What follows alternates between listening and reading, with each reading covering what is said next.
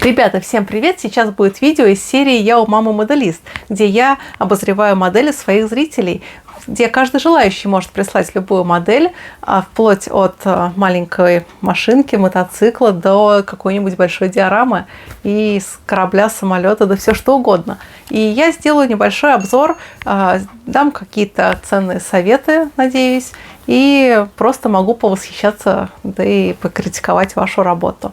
Так что, если вы хотите поучаствовать в таком видео, то присылайте свои работы ко мне на почту. Мне нужно 5-7 фотографий вашей модели и небольшое описание, чтобы мне было понятнее, что и как. Вот. Может быть, какие-то характерные особенности, которые можно не заметить сразу. А многие из показанных моделей вы можете купить в магазине «Модельная лавка». А по промокоду вы получите скидочку в 200 рублей при первом заказе. Так что дерзайте. Начнет наш сегодняшний обзор Марсин с моделью Ретрода.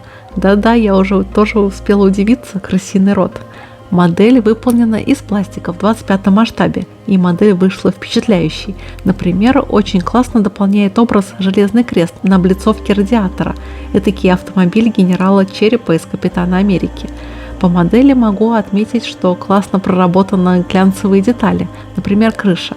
А еще мне очень нравится имитация фактуры дерева в кузове. Из недостатков хочу отметить отсутствие регистрационного номера.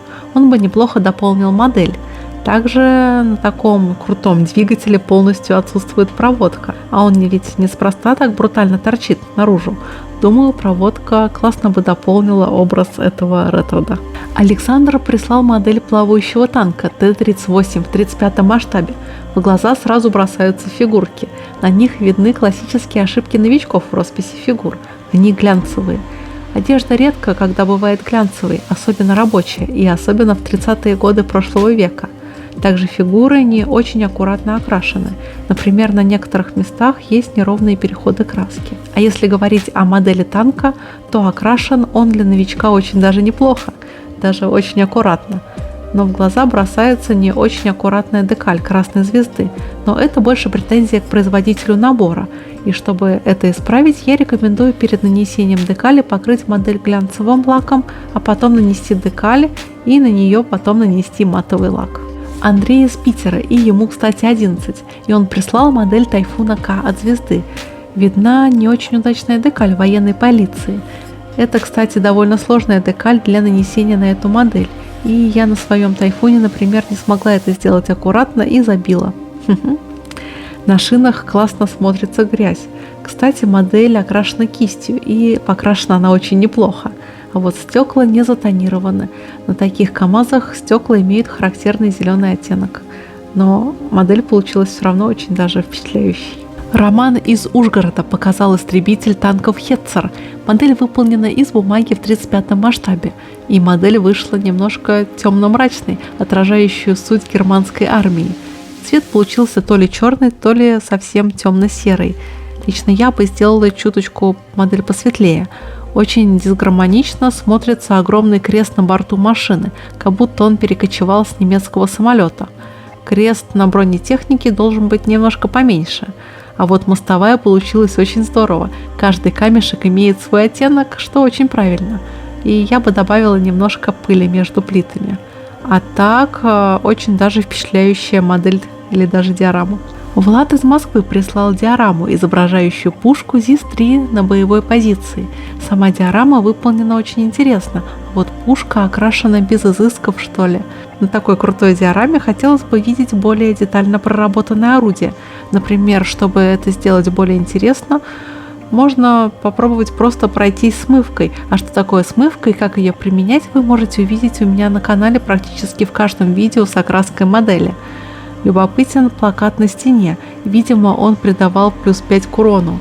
И еще один нюанс. С одной стороны, кирпичная кладка выполнена очень поврежденной, что соответствует обстановке, а с другой стороны, очень ровной, будто каменщики отошли наперекур. Дмитрий прислал модели лэндспидера из вселенной Вархаммера в 65-м масштабе из Ордена Гвардии Ворона. И я не сильна в вселенной Вархаммер, и название этого ордена мне ни о чем не говорит. Но судя по заинтересованности моих зрителей, то надо эту тему тоже осваивать. Оказывается, этот ваш лэндспидер довольно интересная в окрасочном плане модель. Во-первых, она черная, и это очень интересный цвет, и очень интересно, как автор с ним работает. Вроде бы черный не самый выразительный, а модель получилась очень контрастной и классно выглядящей благодаря работе с серыми и белыми оттенками. Интересно смотрится то, как выглядит обгоревший металл на аналоге минигана, и сама фигура выполнена на хорошем уровне. Интересно, эта модель работает только как стендовая модель или она участвует в вархаммерских настольных боях? Дмитрий, напиши об этом в комментариях, очень интересно узнать. Милорада продолжает нас удивлять бумажными шедеврами, и на наш суд она показывает модель британского Спитфайра, самолет английского пилота Дугласа Байдера. Это аналог нашего Мересьева. Он также летал с протезами обоих ног. Вот люди же были в то время. Бумажный моделизм, по моему мнению, очень сложен в работе, и особенно в работе с самолетами. Но Милорада классно справилась с этой моделью. Арсений, кстати, доктор наук, прислал целую диораму по мотивам игры Fallout 4. Вы только посмотрите, насколько атмосферная получилась работа. Картину классно дополняет перекосившаяся вывеска Нью-Вегас, хотя Нью-Вегас, по-моему, был в другой части Fallout. Но изюминка этой трехмерной картины – это футуристичный автомобиль. Вообще мне очень нравится тема ретро-футуризма, особенно та стилистика, которую развивает игра Fallout. У автомобиля есть название – Corvega Blitz, и выполнен он в моем любимом 43-м масштабе, но такую модель вам вряд ли удастся заполучить, ведь она напечатана на 3D принтере. Машина ржавая, но повреждений на ней нет, словно она просто гниет на свалке. И это, пожалуй, единственный и незначительный минус этой работы. Я знаю, что многим нравится эта рубрика, так что давайте поддержим это видео лайком. Нам очень надо набрать 2000 лайков под этим видео, и тогда следующий обзор моделей у зрителей выйдет совсем скоро. Напишите в комментариях, какая из показанных работ вам нравится больше всего. Мне вот очень понравилась диорама на тему Fallout. Евгений, победитель моего первого и пока единственного конкурса репостов, и он прислал на обзор фигуру, судя по всему, римского легионера. Фигура расписана моей любимой темперой. Сама фигура, одежда, доспехи окрашены очень классно, а вот над лицом есть где поработать. В этом масштабе вполне можно выразить глаза, губы и прочие детали лица, но это первая работа автора в таком направлении, так что, думаю, все еще у него впереди, а травка на подставке, кстати, сделана из синтетического льна. Мне очень нравится. Автор под ником TMM прислал доработанную модель автомобиля Lada Vesta. Да, это одно из современных направлений в моделизме. Брать полуигрушечную модель, которая стоит довольно недорого в детских магазинах, и переделывать их под разные интересные проекты. Люди их перепиливают, красят, а на YouTube есть несколько каналов, посвященных этому занятию. Тут автор доделал государственный номер у машины и затюнинговал подвеску, как это любят делать любители автотюнинга на настоящих авто. Владимир прислал диораму, изображающую ГАЗ-69 на границе, о чем свидетельствует характерный столб. Виньетка вышла атмосферной, особенно классно смотрятся камни. Только непонятно, на какой именно границе стоит газик. Из минусов хочется отметить однородность цвета листьев на дереве. Так в природе не бывает. Хоть листья и кажутся все зелеными, но на самом деле, благодаря неравномерно распределенному свету, они имеют свой персональный оттенок зеленого. Кстати, это фото, по которому делалась модель.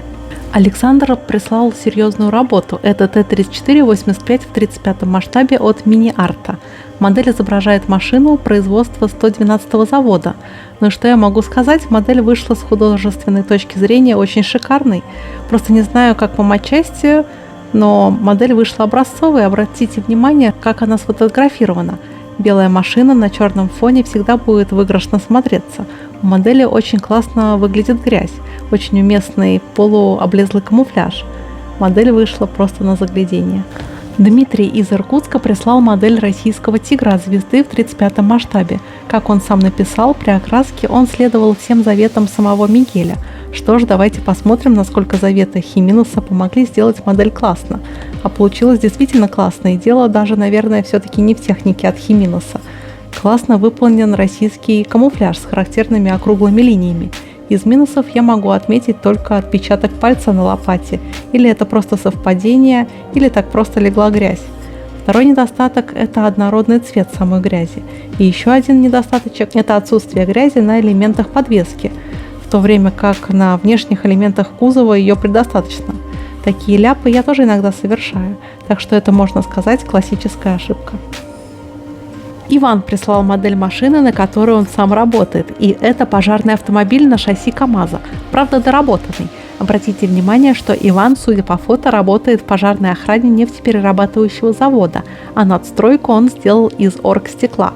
Модель классно собрана, а вот с окраской есть проблемы. Например, некоторые белые полосы окрашены не очень аккуратно. У меня есть в запасах наборы пожарных машин от АВД, но вот без специальных масок я боюсь их начинать делать, хотя красочные маски всегда же можно сделать самой.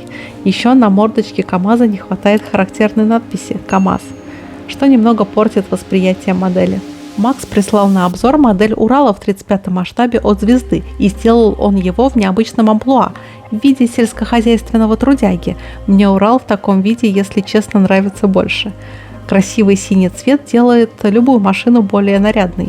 Из минусов модели могу отметить только странную, немного нелогичную грязь. Еще странно выглядят противотуманки. Такое ощущение, что они то ли не до конца вставлены в бампер, или что-то с ними не то. Марсель прислал на обзор буханку от Звезды в 43-м масштабе, и уже редкий выпуск серии «Я у мамы моделист» обходится без моделей Ульяновского автозавода. А буханка это не простая, а в крутом тюнинге. Буханка Экспедиция, кстати, принимала участие в онлайн-выставке Новослет Digital. Помимо кропотливого труда в доработках модели, думаю, что все эти кенгурятники, багажники сделаны вручную с нуля, так же, как и разнообразный багаж. Также я хочу отметить классную окраску. Обратите внимание, как происходит переход в оттенках от темного к светлому сверху вниз, и насколько это придает модели объема и реализма. В общем, во всех аспектах модель получилась очень классной. Юрий прислал модель БТТ-1 в 72-м масштабе и состава восстановительного поезда. За основу была взята модель от фирмы ПСТ.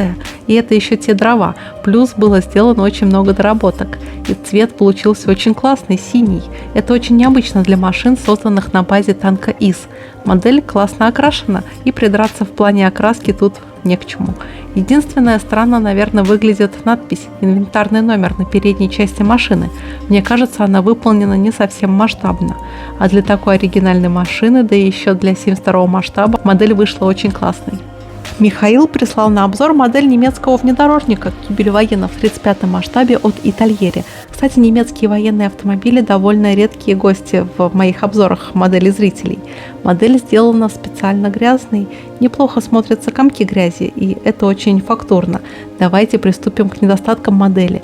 Первое – это странный передний номер. Он сделан как-то не по стандарту.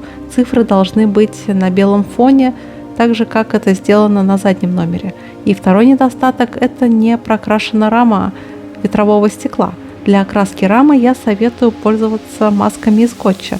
Так будет намного проще добиться нужного результата. А для 12 лет модель получилась очень хорошей, но расти еще куда автору в плане моделизма. А это были все модели, которые я хотела обсудить вместе с вами в этом выпуске. Напишите в комментариях, какая модель вам понравилась или запомнилась больше всего. Давайте это обсудим в комментариях.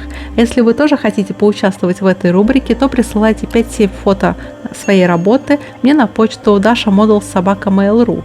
Адрес электронной почты я продублирую в описании. Так что увидимся в следующем видео. До новых встреч. Пока-пока. И не переживайте, если ваша модель не попала в этот выпуск, то она обязательно попадет в другой.